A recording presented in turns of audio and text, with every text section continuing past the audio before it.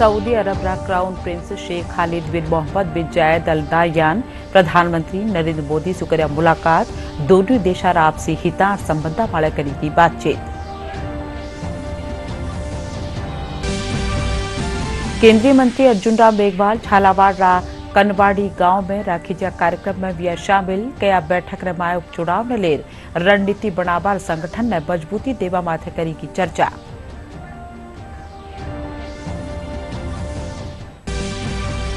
सूचना और प्रसारण मंत्रालय स्मार्ट संस्था मिलर जयपुर में कर्या सामुदायिक रेडियो जागरूकता कार्यशाला की शुरुआत। सामुदायिक रेडियो रे जरिए जाग जगावनो है कार्यशाला रो ध्येय।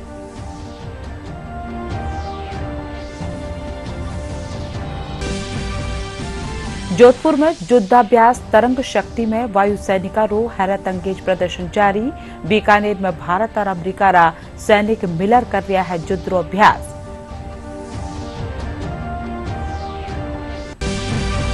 हर प्रदेश रा कई हल्का में बिरखा रो दौर जारी। बंगाल की खाड़ी माळे बनिया एक कम दबाव रा खेतर सु पूर्वी राजस्थान रा कई हल्का रबाए बह सके है भारी बिरखा।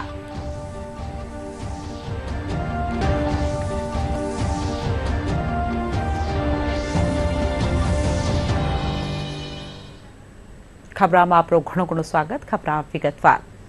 सऊदी अरब रा क्राउन प्रिंस शेख खालिद बिन मोहम्मद बिन जायद अल नाह्यान आज प्रधानमंत्री नरेंद्र मोदी से मिल्या।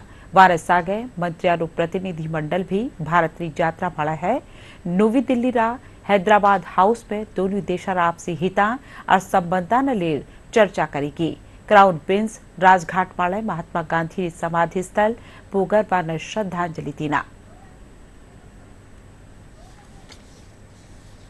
यूएई के क्राउन प्रिंस शेख खालिद बिन मोहम्मद बिन जायद अल नाह्यान ने प्रधानमंत्री नरेंद्र मोदी से मुलाकात की। उनके साथ मंत्रियों का प्रतिनिधिमंडल भी भारत की यात्रा पर है।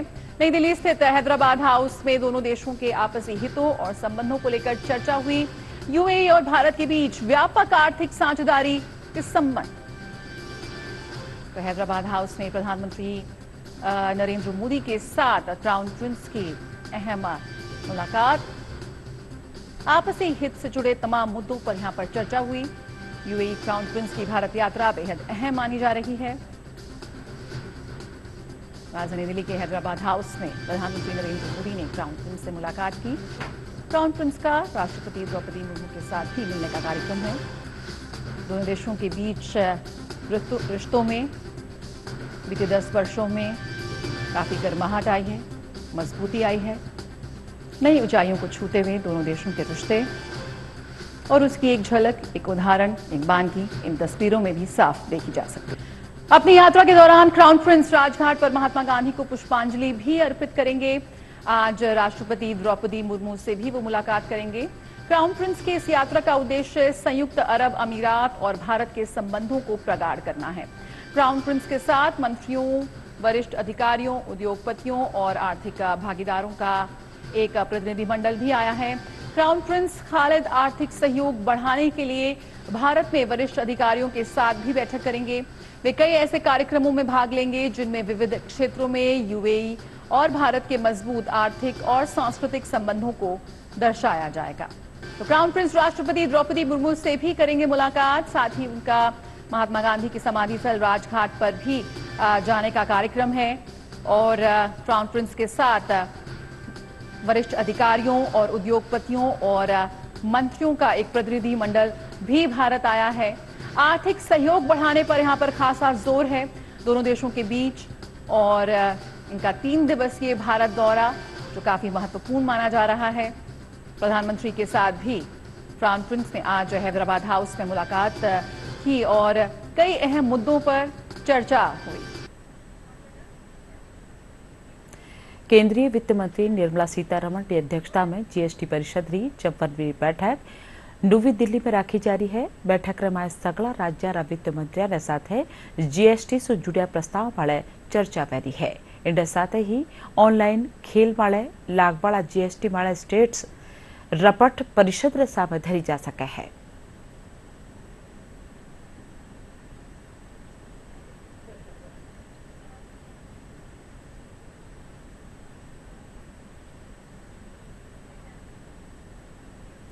केंद्रीय मंत्री अर्जुन राम मेघवाल झालावाड़ कनवाड़ी गांव में राखीजा कार्यक्रम में शामिल हुआ। इन दौरान विधानसभा अध्यक्ष वासुदेव देवनानी, शिक्षा मंत्री मदन दिलावर समेत संग्रह ठावा पदाधिकारी मौजूद रहा।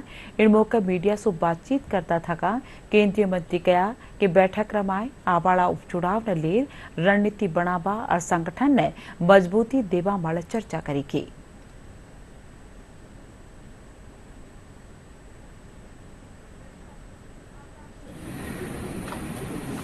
एक कार्यक्रम है, उसमें हम सत्कृत करने के लिए दर्शन करना हमारी संस्कृति की परंपरा रही है। तो पहले दर्शन करा रहे हैं गाँव के। और आज तो ग्रामीण विकास से जुड़ा हुआ कि कोई आदमी गांव में अगर जन्मता है तो वो गांव से भी जुड़ा रहे, गांव की जड़ों से जुड़ा रहे। आदमी किसी सार्वजनिक जीवन में काम करते करते उस पद पर भी नहीं जाता है, लेकिन अगर वो गांव से जुड़ा रहे जी तो निश्चित रूप से ग्रामीण विकास की जो अवधारणा है वो विकसित होगी। और 2047 तक जब हम विकसित भारत बनाने की कल्पना कर रहे हैं तो उसमें ग्रामीण विकास महत्वपूर्ण भूमिका निभाने वाला है। तो उस दिशा में आज एक कार्यक्रम है। सूचना और प्रसारण मंत्रालय और स्मार्ट संस्था कार्यसू आज जयपुर रमाए सामुदायिक रेडियो जागरूकता कार्यशाला शुरू हुई। 2 दिनारी कार्यशाला रुद्धे सामुदायिक रेडियो रे जरिए जाग जगावनो है। कार्यशाला रमाए सूचना और प्रसारण मंत्रालय रा एडिशनल डायरेक्टर गौरीशंकर केसरवानी शामिल हुआ। वे बताया कि शिक्षा, स्वास्थ्य, कृषि, महिला सशक्तिकरण और आपदा प्रबंधन जेड़ा न्यारा क्षेत्र में सामुदायिक रेडियो महत्व जोगी भूमिका निभा रही है। स्टेट है और लेकिन अगर हम पूरे अदर भारत के वर्ष में देखें तो महाराष्ट्र भी काफ़ी बड़ा स्टेट है कि वहाँ ज़्यादा रेडियो स्टेशन है। उत्तर प्रदेश में रेडियो स्टेशन करीब 50 के आसपास हैं। राजस्थान में बहुत संभावनाएं हैं, तो क्षेत्रफल की दृष्टि से बहुत बड़ा है। और दूसरा ये है कि यहाँ पर जो है अभी उतना पेनिट्रेशन नहीं हुआ है। कुछ ही एक डिस्ट्रिक्ट है जहाँ पे ज़्यादा जानकारी है। तो इस जानकारी को बढ़ाने के लिए, ये बताने के लिए इस रेडियो सेटअप कैसे कर सकते हैं, कितना खर्च आएगा, कैसे उसको सस्टेन कर सकते हैं, क्या फ़ायदे हैं, इन सब जानकारी को देने के लिए ये वर्कशॉप का आयोजन किया गया है, जिससे कि सही जानकारी लोगों तक पहुँच पाए। और ये जानकारी को लेकर के अगर कोई संस्थान आगे आती है सेटअप करने के लिए तो उसको जानकारी के हिसाब से वो सेटअप कर पाए। उसको कोई ऐसा ना हो कि पहले सोचा कि अरे हमने रेडियो लगा लिया तो हमें बहुत अर्निंग हो जाएगी या मेरा बहुत चलने लगेगा।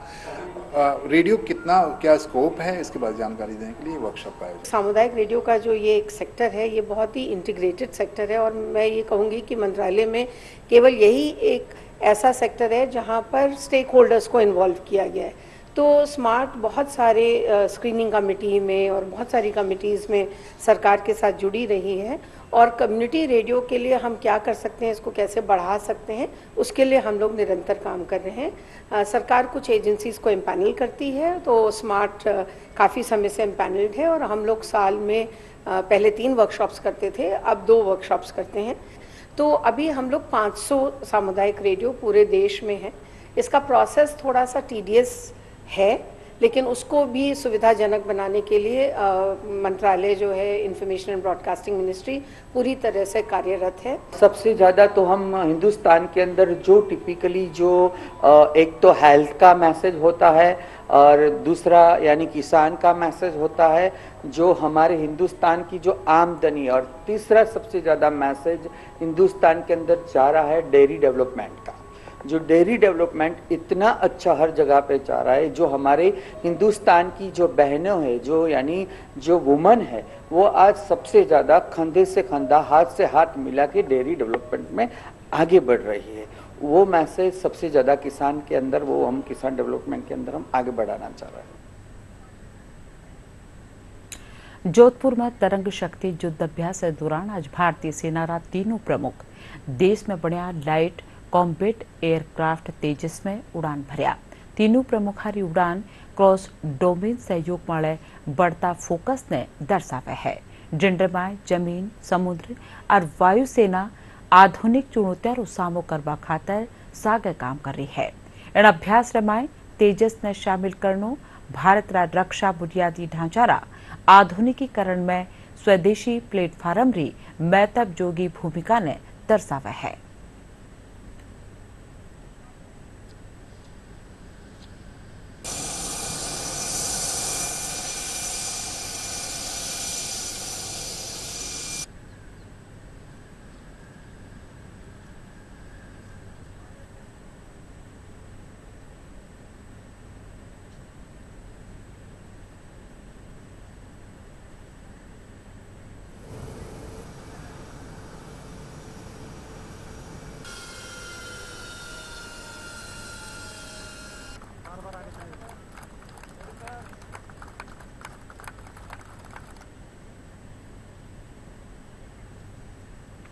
बीकानेरी महाजन फील्ड फायरिंग रेंज में आज भारत अमेरिका संयुक्त सैन्य युद्धाभ्यास 2024 री शुरुआत हुई।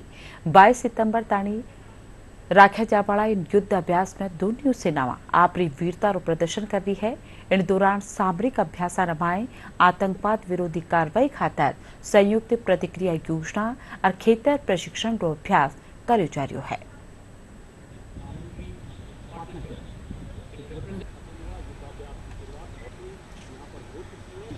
ये इस युद्धाभ्यास में शिरकत करने के लिए यहाँ पर पहुंचे मैं अपनी तमाम जो चीज़ें हैं वो साझा करने वाले हैं।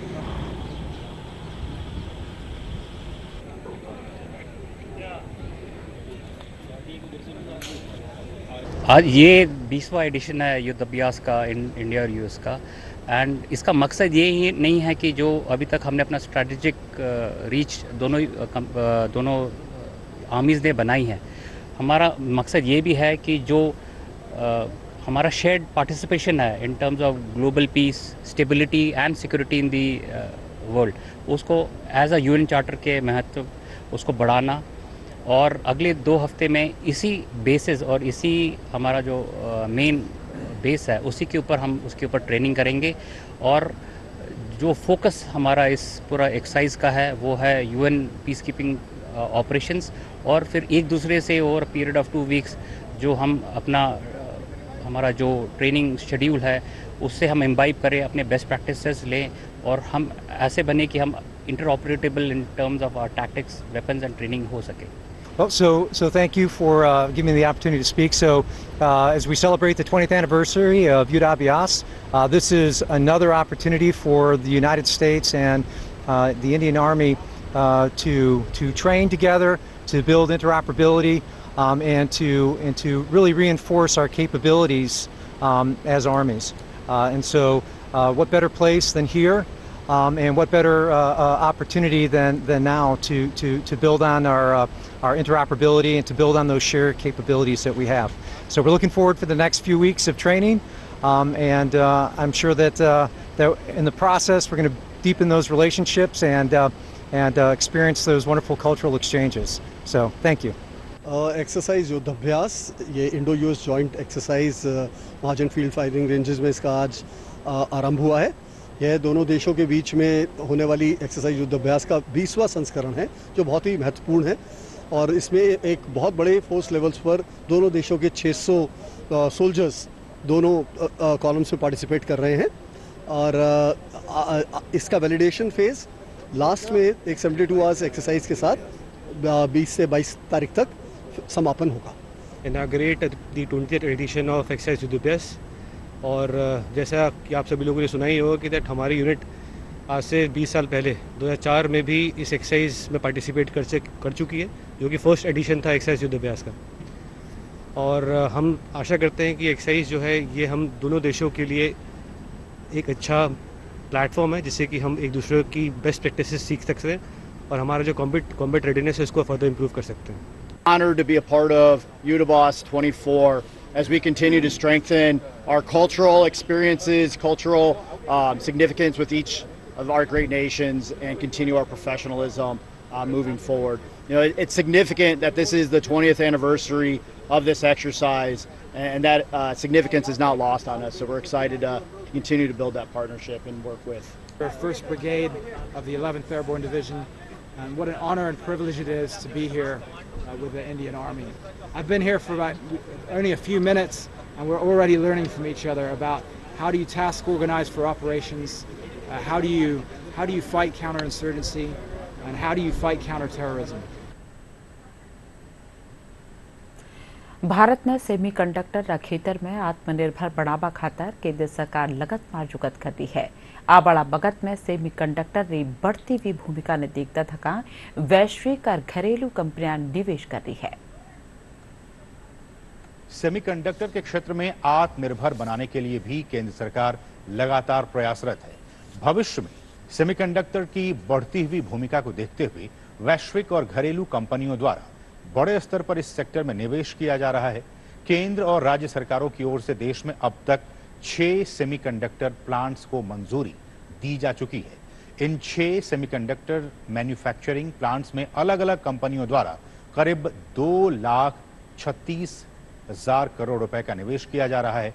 केंद्र सरकार इंडिया सेमीकंडक्टर मिशन के तहत कंपनियों को सेमीकंडक्टर प्लांट लगाने पर 50% की पूंजीगत सहायता भी दे रही है। इलेक्ट्रॉनिक्स मंत्रालय के सचिव एस कृष्णन ने बताया कि भारत में इंडिया सेमीकंडक्टर मिशन के तहत इस साल 5 यूनिट स्थापित करने का लक्ष्य रखा गया है। अगले साल दूसरे भाग में पूर्ण रूप से भारत में निर्मित सेमीकंडक्टर चिप का उत्पादन किया जाएगा।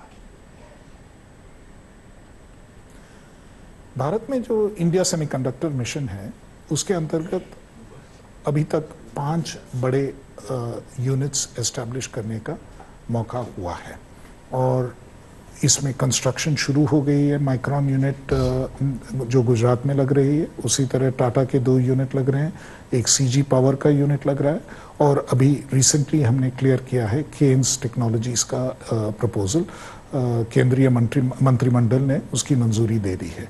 तो इस हिसाब से जो पहली बार जो है इंडिया में सेमीकंडक्टर का जो एक्चुअल उत्पादन भारत में बनने की अभी संभावना हुई है और अगले साल 2025 में दूसरे भाग में ज़रूर इंडिया में सेमीकंडक्टर चिप्स की फुल स्केल मैन्युफैक्चरिंग होगी। अभी तो पायलट मैन्युफैक्चरिंग तो शुरू हो गई है, कमर्शियल बेसिस पे पहले पायलट मैन्युफैक्चरिंग के हिसाब से सेमीकंडक्टर चिप्स भारत से निकलना शुरू हो गया है, लेकिन फुल स्केल मैन्युफैक्चरिंग अगले साल शुरू हो जाएगी। हम दुनिया के काफ़ी सारे देशों के साथ और खासकर लाइक माइंडेड देशों के साथ ऐसे कोलैबोरेशन हम कर रहे हैं। यूनाइटेड स्टेट्स के साथ है, यूनाइटेड किंगडम के साथ है, यूरोपियन यूनियन के साथ है। उसी तरह हमारी ये अंडरस्टैंडिंग जो है, मेमोरेंडम ऑफ अंडरस्टैंडिंग, एक समझौता हमने सिंगापुर के साथ भी किया हुआ है। इसमें जो सेमीकंडक्टर सप्लाई चेन की रेजिलियंस बढ़ाने के लिए खास कुछ मेजर्स लिए जाएंगे। उसी तरह experience sharing, research and development में कोलैबोरेशन और स्किलिंग में खासकर कोलैबोरेशन हम करेंगे और इसके ज़रिए इंडिया में जो सेमीकंडक्टर, भारत में जो सेमीकंडक्टर इंडस्ट्री है उसको काफ़ी बढ़ावा मिलेगा और कुछ एरियाज़ में जो है इंडिया भी सिंगापुर का मदद करेगी। ये एक म्यूचुअल कोऑपरेशन एग्रीमेंट है।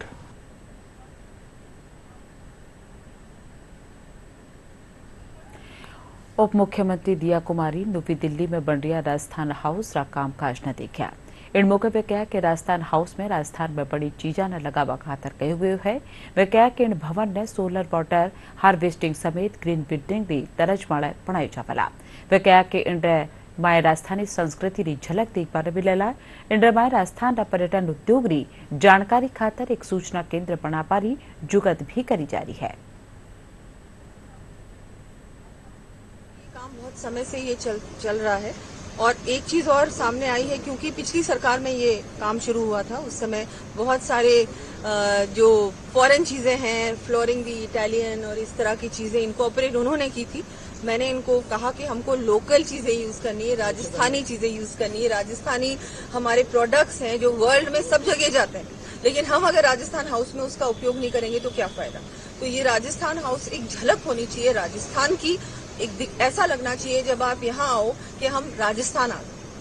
तो इसमें हमारा जितना हो सके, हमारा जितने आर्टिसंस हैं राजस्थान के, उनको भी हम लोग यहाँ अपॉर्चुनिटी दें कि वो भी अपना यहाँ पर अपनी कारीगरी करें किसी ना किसी तरह से। तो उसके लिए भी हम लोग कोशिश करेंगे और जल्द से जल्द ये काम खत्म हो, जितना हो सके उतना ये ग्रीन बिल्डिंग हो। उसके लिए भी मैंने इनको कहा कोशिश करें जितना हो सकता है। वाटर हार्वेस्टिंग की बात करें या हम लोग सोलर की बात करें, वो सब चीजों पे भी ध्यान दिया जाए और फैसिलिटीज अच्छी हो, चाहे सिंपल हो, बहुत ज्यादा लग्जरियस करने की जरूरत नहीं है, लेकिन अच्छा साफ सुथरा सिंपल और ऑथेंटिक राजस्थानी वो होना चाहिए। एक बात और आई है कि यहाँ पर एक सेंटर भी हो सकता है जहाँ पर इंफॉर्मेशन सेंटर हो राजस्थान के बारे में, जहाँ चाहे टूरिज्म से रिलेटेड, बिजनेस से रिलेटेड या और कुछ कोई आकर राजस्थान के बारे में जानकारी लेना चाहे, वैसा भी एक हम लोग एक एरिया बनाए, वो भी हम लोग यहाँ पर कोशिश करेंगे एस्टैब्लिश करने की। प्रदेशरा विद्यालय में कक्षा 108वीं ताणीना पढ़णिया में पढ़वा और समझवारी क्षमता ने बढ़ावा खातर प्रखर राजस्थान अभियान की आज सु शुरुआत हुई। डीडवाना कुचामन जिला में राजस्व राज्य मंत्री विजय सिंह चौधरी राजकीय जवाहर कला उच्च माध्यमिक विद्यालय में इन अभियान की शुरुआत कर्या। इन मौके मुख्य ब्लॉक शिक्षा अधिकारी जगदीश राय समेत महकमा अधिकारी मौजूद रहा। राज्य मंत्री बताया कि पढ़णिया में पढ़वा लिखवारी समझ ने बढ़ावा खातर इन अभियान की शुरुआत करी है। यो अभियान 2 अक्टूबर ताणी राख्यो जावाला। हमारा सौभाग्य है, हमारी सरकार का उद्देश्य है शिक्षा क्षेत्र को बढ़ावा देना। आज प्रखर राजस्थान अभियान की शुरुआत हुई है। मुख्यमंत्री जी ने ये योजना चलाई है। शिक्षा मंत्री जी भी बहुत उनकी अच्छी पहल है ये। और 1 से 8 तक के बच्चे पठन और पाठन के लिए ये कार्यक्रम है, जिससे बच्चों का सर्वांगीण विकास होगा। ये कार्यक्रम आज से प्रारंभ हुआ है जो 2 अक्टूबर तक संचालित होगा। इसमें कक्षा 1 से 8 तक के बच्चों के लिए विशेष गतिविधियों आधारित कार्यक्रम है ये, कि प्रत्येक कक्षा के लिए प्रत्येक स्तर के लिए अलग अलग गतिविधियां निर्धारित की गई है, जैसे खेलकूद गतिविधि है, कहानी है, अन्य माध्यमों से ये कार्य किया जाएगा। एक तरह से शिक्षण का ये कार्य है, ये एक तरह का नवाचार है और बच्चा खेलते खेलते यानी गतिविधियों के माध्यम से कैसे सीखे, इसके लिए ये नवाचार है। और ये 9 सितंबर से लेकर 2 अक्टूबर तक कक्षा 1 से 8 तक समस्त बच्चों के लिए होगा और दक्षता आधारित गतिविधियां इसके अंदर विभाग द्वारा दी गई है और वो प्रत्येक विद्यालय में करवाई जाएगी। पश्चिम बंगाल कोलकाता में प्रशिक्षु चिकित्सक सामूहिक दुष्कर्म हत्या विरोध में प्रदर्शन जारी है। कालसिंजा सवाई मानसिंह मेडिकल कॉलेज दरवाजा माळे प्रशिक्षु चिकित्सक मोमबत्ती जलार विरोध प्रदर्शन कर्या। वारो कहनो है कि चिकित्सा कर्मचारी खास तौर से महिला चिकित्सा कर्मचारी सुरक्षा सावळ बंदोबस्त कर्या जावे।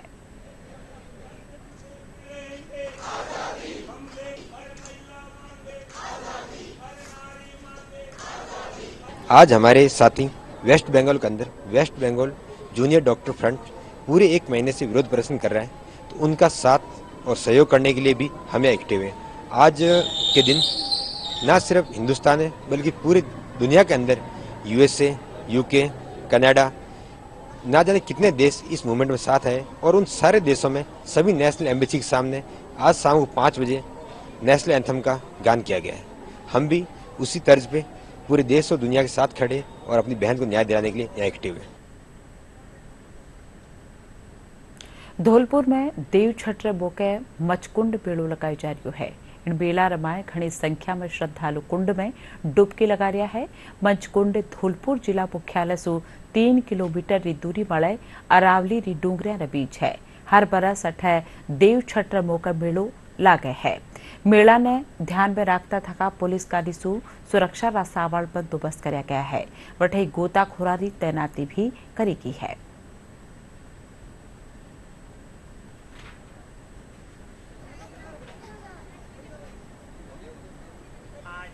बलदेव जी का जन्मोत्सव है और ये वार्षिक मेला ऋषि पंचमी और बलदेव छठ को भरता है। ऋषि पंचमी 2 दिवसीय मेला है। इसमें ऋषि पंचमी को कन्याएं व्रत करती हैं, स्नान करती हैं, साधु संतों को दान पुण्य करती हैं और बलदेव छठ के दिन इस मेले को मोर छठ के नाम से जाना जाता है। MP, UP, राजस्थान से बड़ी संख्या में नवविवाहित जोड़े अपनी मोरी कलंगियों को लेकर मुचकुंड आते हैं और यहाँ विसर्जन कर दीर्घायु की कामना करते हैं। धौलपुर में देव छठ को इसका मेला लगता है और यहाँ जो शादियाँ होती हैं, जो लड़का लड़कियों के मोर होते हैं, उनको यहाँ इसमें विसर्जन करते हैं। और धौलपुर, राजस्थान, UP, MP बहुत दूर के लोग यहाँ इसमें विसर्जन करने आते हैं। ये एक लोकमान्य बहुत बड़ा मेला है। यहाँ श्रद्धालुओं की बहुत बड़ी भीड़ होती है। राम की माँ कौशल्या मैया यहाँ पे आई थी, उन्हें मोर चढ़ाया था और इस कुंड में नहाने से जो भी चरम रोग होता है बिल्कुल सही हो जाता है। यहाँ पर श्रद्धालुओं की अच्छी श्रद्धा है, हर वर्ष लाखों की भीड़ रहती है और यहाँ की मान्यता है कि चरम रोग वगैरह यहाँ के स्नान करने से चरम रोग सही हो जाते हैं और शादी वगैरह होती है, नया जोड़ा की तो उनके होता है। प्रदेश कई हल्का में रुक रुक कर बिरखारो दौड़ जारी है। बंगाल की खाड़ी माळे बढ़िया एक कम दबाव खीतर कारण 4-5 दिन दौरान पूर्वी राजस्थान कई हल्का में मानसून सक्रिय व्यापारों अंदाजो है। मौसम विज्ञान केंद्र जयपुर निदेशक राधेश्याम शर्मा बताया कि इंडा सरसों आवाड़ा 48 घंटा दौरान कोटा, अजमेर, उदयपुर और भरतपुर संभाग में कटे कटे भारी बिरखा वह सके है। वठई आवाड़ी 11 और 12 सितंबर ने इंडा सरसों कोटा, भरतपुर, उदयपुर और जयपुर संभाग में कटे कटे भारी और मध्यम दर्जारी बिरखा वह सके है। खाड़ी में बना डिप्रेशन सिस्टम और तीव्र होकर डीप डिप्रेशन में बन चुका है और इस सिस्टम के अगले 24 घंटों में धीरे धीरे वेस्ट नॉर्थ वेस्टवर्ड डायरेक्शन में आगे बढ़ने की संभावना है। यानी कि अगले 24 घंटों में यह उड़ीसा, छत्तीसगढ़ की तरफ आगे बढ़ेगा। वहीं इस सिस्टम के असर से पूर्वी राजस्थान के कई इलाकों में आगामी 5-4 दिन मानसून सक्रिय रहने की संभावना है। खासकर अगले 48 घंटों के दौरान भरतपुर, कोटा, उदयपुर संभाग में कहीं कहीं मध्यम से तेज बारिश और कहीं कहीं भारी बारिश होने की संभावना है। वहीं जयपुर संभाग, इसके अलावा शेखावटी क्षेत्र और जोधपुर, अजमेर संभाग के भी कुछ भागों में अगले 2 दिन मेघ गर्जन के साथ मध्यम तो कहीं कहीं तेज बारिश होने की संभावना है। इस नए बने डीप डिप्रेशन सिस्टम के असर से पूर्वी राजस्थान के कुछ भागों में 11-12 सितंबर से ही भारी बारिश की गतिविधियों में पुनः बढ़ोतरी होगी। खासकर कोटा, इसके अलावा भरतपुर संभाग और उदयपुर संभाग में कहीं कहीं 11-12 सितंबर को भारी से अति भारी बारिश होने की संभावना है। वहीं जयपुर संभाग, इसके अलावा शेखावटी क्षेत्र और अजमेर संभाग के कुछ भागों में भी मेघ गर्जन के साथ मध्यम तो कहीं कहीं भारी बारिश होने की संभावना रहेगी। पश्चिमी राजस्थान के जोधपुर संभाग के कुछ भागों में भी अगले 3-4 दिन मेघ गर्जन के साथ कहीं कहीं मध्यम तो कहीं तेज बारिश होने की संभावना है। हालांकि सीमावर्ती क्षेत्रों की यदि बात करें तो अगले 3-4 दिन ज़्यादातर स्थानों पर मौसम मुख्यतः शुष्क रहने की संभावना है। और अब खास खबर एक कर फिर सऊदी अरब का क्राउन प्रिंस शेख खालिद बिन मोहम्मद बिन जायद अल नाहयान प्रधानमंत्री नरेंद्र मोदी से करें मुलाकात। दोनों देशों आपसी हित और संबंधा माड़ा करेगी बातचीत। केंद्रीय मंत्री अर्जुन राम मेघवाल झालावाड़ कनवाड़ी गांव में राखी जा कार्यक्रम में भी शामिल। क्या बैठक में उपचुनाव ने लिए रणनीति बनावा और संगठन ने मजबूती देवा माथे करेगी चर्चा। सूचना और प्रसारण मंत्रालय स्मार्ट संस्था मिलर जयपुर में कर्या सामुदायिक रेडियो जागरूकता कार्यशाला री शुरुआत। सामुदायिक रेडियो रे जरिए जगावनो है कार्यशाला रो थे।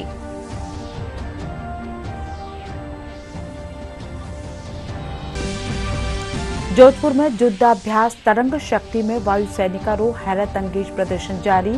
बीकानेर में भारत और अमेरिका रा सैनिक मिलर कर दिया है युद्ध रो अभ्यास।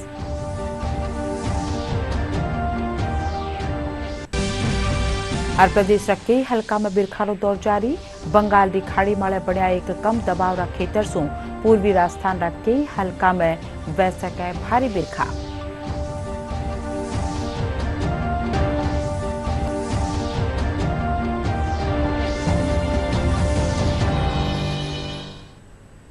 इंडा साथे या बुलेटिन अठई पूरू नमस्कार।